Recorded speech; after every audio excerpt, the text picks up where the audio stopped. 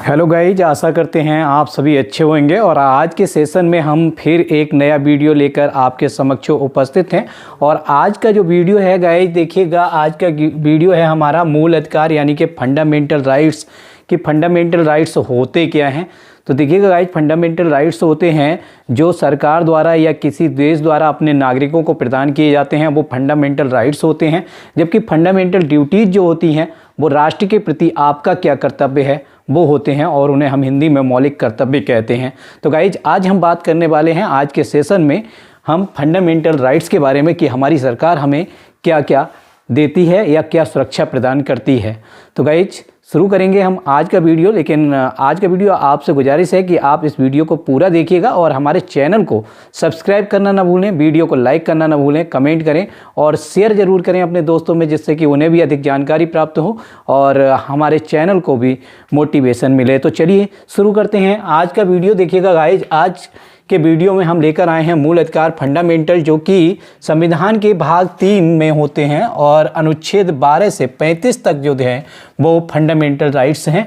तो देखिएगा, पहला फंडामेंटल राइट्स देखें कौन कौन से मूल अधिकार हैं। तो देखिए, सबसे पहला समानता का अधिकार है, जो कि अनुच्छेद 14 से 18 तक हमारे संविधान में है। और अनुच्छेद 14 से 18 तक क्या क्या है वो अलग अलग चीज़ें हैं।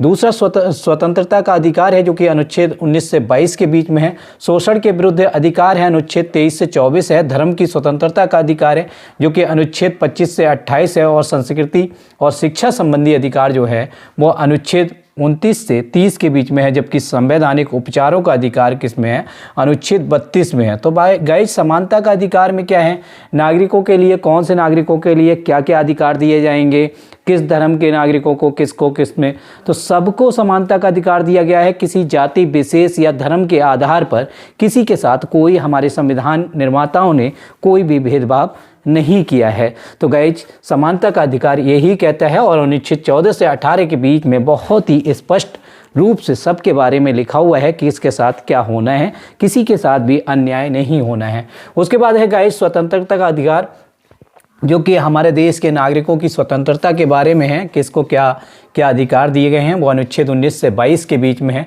शोषण के विरुद्ध अधिकार, किसी का भी आप धर्म, जाति या लिंग के आधार पर उसका शोषण नहीं कर सकते, या फिर बच्चे, वयस्क, किसी के भी आधार पर आप भेदभाव नहीं कर सकते, वो शोषण के विरुद्ध अधिकार, जो कि अनुच्छेद 23 से 24 तक पूरा का पूरा स्पष्टीकरण दिया गया है। उसके बाद गाइस देखते हैं धर्म की स्वतंत्रता का अधिकार। तो ऐसा नहीं है कि हमारे देश में हिंदू बाहुल देश है तो हिंदुओं के लिए ज़्यादा हो या फिर अल्पसंख्यकों के लिए ज़्यादा हो, सभी के लिए धर्म की स्वतंत्रता का अधिकार है। सभी अपने धर्म को अपने अनुसार मना सकते हैं, अपने धार्मिक संस्थानों को खोल सकते हैं, अपने शिक्षण संस्थानों को खोल सकते हैं, अपनी भाषा का, अपने धर्म का प्रचार प्रसार कर सकते हैं। तो धर्म की स्वतंत्रता का अधिकार अनुच्छेद 25 से 28 के बीच में है। उसके बाद गाइज है संस्कृति और शिक्षा संबंधी अधिकार।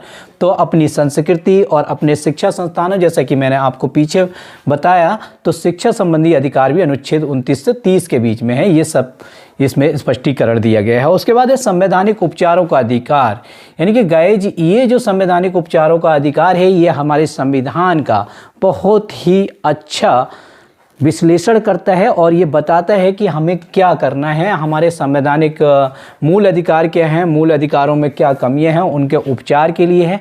तो गाइज, अब देखते हैं यहाँ से कुछ क्वेश्चंस बनते हैं जो कि हमारे मौलिक अधिकार यानी कि मूल अधिकारों से संबंधित क्वेश्चंस होते हैं और हमारे सभी कंपटीशन एग्जाम में कोई ना कोई क्वेश्चंस जरूर पूछा जाता है। तो गाइज देखिएगा, आज का हमारा पहला ये वाला क्वेश्चन है, मौलिक अधिकारों को लागू करने की शक्ति कैसे है। तो मौलिक अधिकारों को लागू करने की शक्ति सर्वोच्च न्यायालय एवं उच्च न्यायालय को है। आपको ये ध्यान रखना है बहुत ही अच्छे तरीके से। मौलिक अधिकारों को लागू करने की शक्ति किसके पास है, सर्वोच्च न्यायालय एवं उच्च न्यायालय के। उसके बाद है समता का अधिकार, यानी कि समानता का अधिकार किसमें है, अनुच्छेद 14 में है। विशेषता अलग अलग अनुच्छेद से जो क्वेश्चंस बनेंगे वो लिखे हुए हैं। और वही लिखे हुए हैं जो इम्पोर्टेंट हैं। ज़्यादा डीपली हम इस वीडियो में नहीं जाएंगे क्योंकि आपके पुलिस एग्जाम के लिए बहुत कम टाइम बचा है, इसलिए हम ज़्यादा स्पष्टीकरण न देते हुए बहुत ही शॉर्ट वीडियो बनाएंगे। तो समता का अधिकार अनुच्छेद 14 में है। उसके बाद अस्पृश्यता का उन्मूलन किया गया है। तो गाइज अस्पृश्यता मतलब छुआछूत की बात की जा रही है, तो ये अनुच्छेद 17 में है। उसके बाद अस्पृश्यता को बढ़ावा देना दंडनीय अपराध है। किसके अंतर्गत है? तो देखिएगा अस्पृश्यता का जो है वो मौलिक अधिकार में शामिल नहीं किया गया है। अस्पृश्यता को मौलिक अधिकार में शामिल नहीं किया गया है, ये क्वेश्चंस भी कई बार बनता है, तो आप इस पर ध्यान देंगे। अस्पृश्यता को बढ़ावा देना दंडनीय अपराध है, ये चीज़ एक तरीके से अलग से जोड़ी गई है हमारे संविधान में, जो कि अस्पृश्यता निवारण अधिनियम 1955 को अलग से लाकर हमारे संविधान में विशेषता छुआछूत को यहाँ पर क्या किया गया, निषेध किया गया है। उसके बाद गाइज हम देखते हैं अवसर की समानता की गारंटी प्रदान करता है, यानी कि सबको समान अवसर दिया जाएगा। ये अनुच्छेद 16(1) और अनुच्छेद 16(2) में है। उसके बाद गाइज देखते हैं समान कार्य के लिए समान वेतन है। जैसा कि कुछ जगह पर पुरुषों को ज़्यादा वेतन दिया जाता है, महिलाओं को कम दिया जाता है, लेकिन समान कार्य के लिए हमारा संविधान कहता है समान कार्य के लिए समान वेतन है। तो अनुच्छेद 14 से अनुच्छेद 16 ये है। उसके बाद गाइस देखते हैं अपराध के अभियुक्त को स्वयं अपने विरुद्ध गवाह बनने के लिए बाध्य नहीं किया जा सकता। आप में से बहुत सारे लोग पुलिस एग्जाम देंगे और पुलिस में सेलेक्ट हो जाएंगे, उसके बाद आप ऐसा ना करें कि किसी को भी पकड़कर उसके खिलाफ उसी की गवाही प्रस्तुत करवा दें। तो गाइज यही है अनुच्छेद 20C, यानी कि अपने पद का दुरुपयोग न करते हुए आप किसी के विरुद्ध या किसी पर दबाव बनाकर उसे खुद ही अभियुक्त को उसके विरुद्ध गवाह नहीं बना सकते। ये संविधान ने हमारे साफ साफ मना कर दिया है, संविधान निर्माताओं ने। तो अनुच्छेद 20C यही कहता है गाइज कि अभियुक्त स्वयं अपने विरुद्ध गवाह बनने के लिए आप बाध्य नहीं कर सकते। उसके बाद वाक एवं अभिव्यक्ति की स्वतंत्रता, यानी कि आप जो बात बोलते हैं और अपने विचारों को अभिव्यक्त करने की स्वतंत्रता अनुच्छेद 19 आपको प्रदान करता है। लेकिन इसका मतलब कतई मतलब ये ना निकालें कि आपकी अभिव्यक्ति की आज़ादी है तो आप किसी दूसरे को टारगेट करके आप उसे दुख पहुंचाएं या उसकी स्वतंत्रता का हनन करें। तो गाइज आप वाक एवं अभिव्यक्ति की स्वतंत्रता जरूर है, लेकिन एक दायरे में, तो अनुच्छेद 19 है। उसके बाद है प्रेस की स्वतंत्रता है। प्रेस की स्वतंत्रता को देखिए अलग से शामिल नहीं किया गया है, लेकिन इसी में अनुच्छेद 19A के तहत हमारे संविधान में जोड़ा गया है कि प्रेस स्वतंत्र होगी। उसके बाद गाइज अल्पसंख्यक वर्गों के हितों का संरक्षण किसमें है? अनुच्छेद 29 में कहा गया है कि अल्पसंख्यक वर्ग जो हैं उनके हितों का संरक्षण किया जाएगा। कहीं ऐसा ना हो दूसरा धर्म जो बहुल धर्म है वो उसके विरुद्ध कुछ करे या फिर कोई ऐसा हो, इसलिए अल्पसंख्यक वर्गों के हितों के संरक्षण के लिए अनुच्छेद 29 में साफ साफ कहा गया है। उसके बाद गाइज अल्पसंख्यकों को शिक्षण संस्थानों की स्थापना एवं प्रशासन का अधिकार है, ये अनुच्छेद 30 कहता है। उसके बाद गाइज देखते हैं, देखिएगा अपराधों के लिए दोष सिद्धि के संबंध में संरक्षण अनुच्छेद 20 में है। ऐसे ही जीवन का अधिकार गाइज पूछा जाता है, जीवन का अधिकार कौन से अनुच्छेद में है? तो अनुच्छेद 21 में है। शिक्षा के अधिकार को अनुच्छेद 21A के अंतर्गत रखा गया है। उसके बाद गाइज कुछ दशाओं में गिरफ्तारी एवं निरोध में संरक्षण अनुच्छेद 22 में है।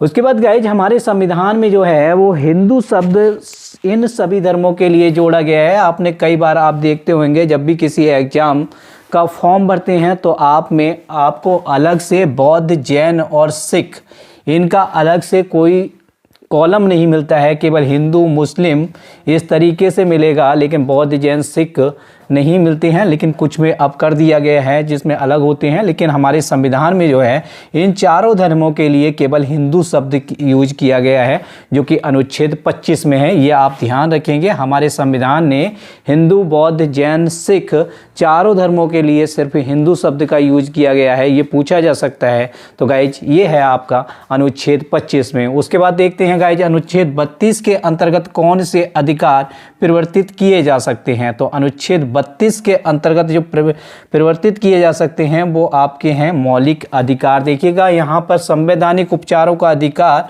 अनुच्छेद 32 तो परिवर्तित किए जा सकते हैं मौलिक अधिकार। उसके बाद गाइस मौलिक अधिकारों का संरक्षक है, तो मौलिक अधिकारों का संरक्षक कौन है? न्यायपालिका है। आपको अच्छे से ध्यान रखना है, ये क्वेश्चंस भी आपसे पूछा जा सकता है आपके एग्जाम में। उसके बाद देखिएगा मौलिक अधिकारों को संविधान का हृदय एवं आत्मा कहा है। ये कई बार कई एग्जाम में पूछा गया है। तो ये कहा है डॉक्टर भीमराव अंबेडकर जी ने कि संविधान का हृदय एवं आत्मा जो हैं वो मौलिक अधिकार हैं। उसके बाद गाइस देखते हैं व्यक्तिगत स्वतंत्रता के अधिकार के लिए कौन सी याचिका रिट दायर की जाती है। ये बहुत इंपॉर्टेंट क्वेश्चन है, फिर ध्यान रखिएगा। व्यक्तिगत स्वतंत्रता के अधिकार के लिए कौन सी याचिका दायर की जाती है, तो आपको ध्यान रखना है बंदी प्रत्यक्षीकरण याचिका जो होती है वो व्यक्तिगत स्वतंत्रता के अधिकारों के लिए दायर की जाती है, जहां पर आपके जो अधिकार हैं उनका हनन ना हो रहा हो। उसके बाद मौलिक अधिकारों में संशोधन का अधिकार किस वाद के बाद प्राप्त हुआ है, तो गाइज केशवानंद भारती बनाम केरल जो कि 1973 में केस हुआ, इस केस से मौलिक अधिकारों में संशोधन का अधिकार मिल गया। उसके बाद देखते हैं संपत्ति के मौलिक अधिकारों को किस संशोधन द्वारा मौलिक अधिकार से हटाकर, देखिएगा ये यहाँ पर देखिए 1 2 3 4 5 6 मूल अधिकार हैं, लेकिन इससे पहले 7 मूल अधिकार हुआ करते थे, क्योंकि 7वां अधिकार जो था वो संपत्ति का अधिकार था और इसे हटाकर 1978 में जो कि 44वां संविधान संशोधन था उससे हटाकर इसे मौलिक अधिकार को इसको कर दिया गया आपका वैधानिक अधिकार। तो कई बार क्वेश्चन आता है संपत्ति का अधिकार मूल अधिकार है या वैधानिक अधिकार या विधिक अधिकार है, तो आपको बताना है कि ये वैधानिक या विधिक अधिकार है ना कि मौलिक अधिकार है। ये भी पूछा जा सकता है कौन से संविधान संशोधन द्वारा किया गया, तो आपको गाइस ध्यान रखना है 44वें संविधान संशोधन द्वारा जो कि 1978 में हुआ, इसको शामिल किया गया किसमें, मतलब मौलिक अधिकार से हटाकर विधिक अधिकार में जोड़ा गया। तो गाइस ये क्वेश्चंस भी बहुत इंपॉर्टेंट है, यहाँ से क्वेश्चन अक्सर बनता है, इस पर अच्छे से आप फोकस कर लीजिएगा।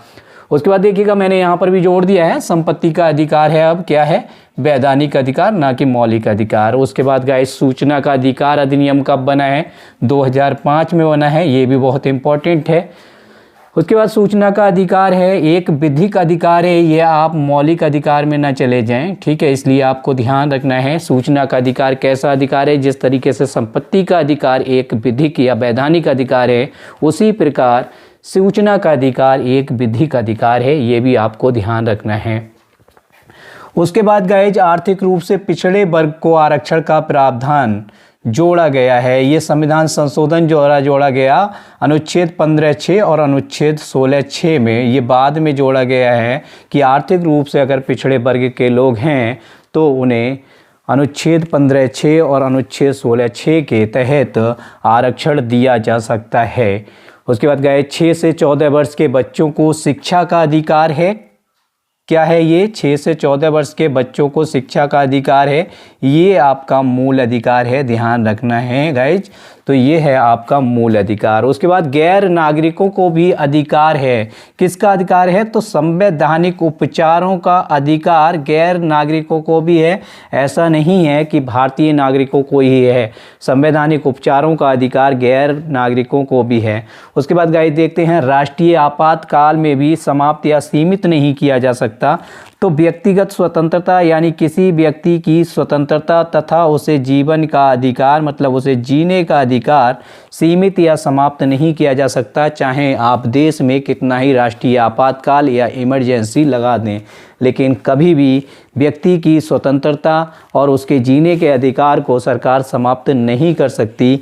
भले ही उसके आने जाने पर पाबंदी लगा दी जाए उसके किसी भी, लेकिन आप उसके व्यक्तिगत स्वतंत्रता और जीवन के अधिकार को कभी भी सीमित या समाप्त नहीं कर सकते, ये हमारा भारतीय संविधान कहता है। उसके बाद गाइस देखते हैं बंधुआ मजदूर उन्मूलन अधिनियम पारित किया गया। ये भी बहुत इंपॉर्टेंट है, यहाँ से भी अक्सर क्वेश्चंस बनता है। तो गाइस ये 1976 में पारित किया गया है। उसके बाद गाइज देखते हैं धार्मिक संस्था की स्थापना, जैसा कि मैंने आपको यहाँ पर बताया था। ठीक है, यहाँ गाइज धर्म की स्वतंत्रता का अधिकार अनुच्छेद 25 से 28 तक है। तो इसी के अंतर्गत धार्मिक संस्था की स्थापना तथा धार्मिक कार्यों के प्रबंधन का अधिकार कौन देता है? अनुच्छेद 26 देता है। तो गाइज यहाँ से आप देख सकते हैं, आपको बहुत सारे इस तरीके के फैक्ट मिल सकते हैं जिनसे आपको खुद लग रहा होगा कि यहाँ से क्वेश्चंस आना कंपलसरी है और 100% यहाँ से आपको क्वेश्चंस मिलते हैं मिलेंगे। तो आप चाहें तो इसका स्क्रीनशॉट ले सकते हैं, जिससे आप अपने किसी भी कॉपी में इसे नोट कर लें या नोट्स बना लें, जिससे आपको आपके आगामी एग्ज़ाम में हेल्प मिलेगी। तो गाइज आशा करते हैं आज का सेशन आपको अच्छा लगा होगा। अगर आपको हमारा ये सेशन, ये वीडियो अच्छा लगा है तो हमारे चैनल को सब्सक्राइब करना ना भूलें, अपने दोस्तों में शेयर करना ना भूलें। वीडियो को लाइक करें, कमेंट करें और शेयर ज़रूर करें। फिर मिलेंगे अगले वीडियो में। धन्यवाद।